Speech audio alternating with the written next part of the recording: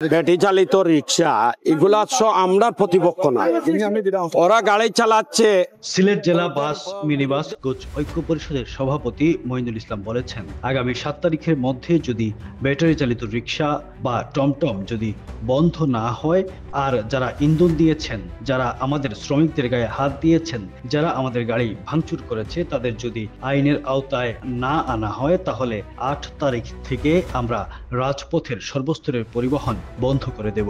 27 September শনিবার দুপুরে সিলেট নগরীর বন্দর বাজারে ব্যাটারি চালিত রিক্সা বন্ধের দাবিতে এবং গত বৃহস্পতিবার কোর্ট পয়েন্টে সিএনজি অটোরিকশার উপর হামলার প্রতিবাদে আয়োজিত এক সমাবেশে এই ঘোষণা দিয়েছেন তিনি। প্রতিবাদ সমাবেশে সিলেটের পরিবহন সংশ্লিষ্ট বেশ কয়েকটি সংগঠন অংশ নেয়। সমাবেশে মঈনুল ইসলাম আরও বলেন, ব্যাটারি চালিত রিক্সা ও টমটম উচ্ছেদে নেমেছে প্রশাসন। এটা নিয়ে ইচ্ছাকৃতভাবে কারো ইন্ধনে গত বুধবার উপশহরে আমাদের মাইক্রো স্ট্যান্ডে হামলা চালানো হয়েছে। এই ঘটনায় আমরা মামলাও করেছি। পাশাপাশি কোর্ট পয়েন্টে অনেক সিএনজি অটোরিকশার উপর হামলা চালানো হয়েছে। তিনি বলেন, ব্যাটারি চালিত রিক্সা বিদ্যুতের ক্ষতি করছে, তাই এই দেশ বাঁচাতে গিয়ে পরিবহন মালিক শ্রমিকের আন্দোলন থাকবেই।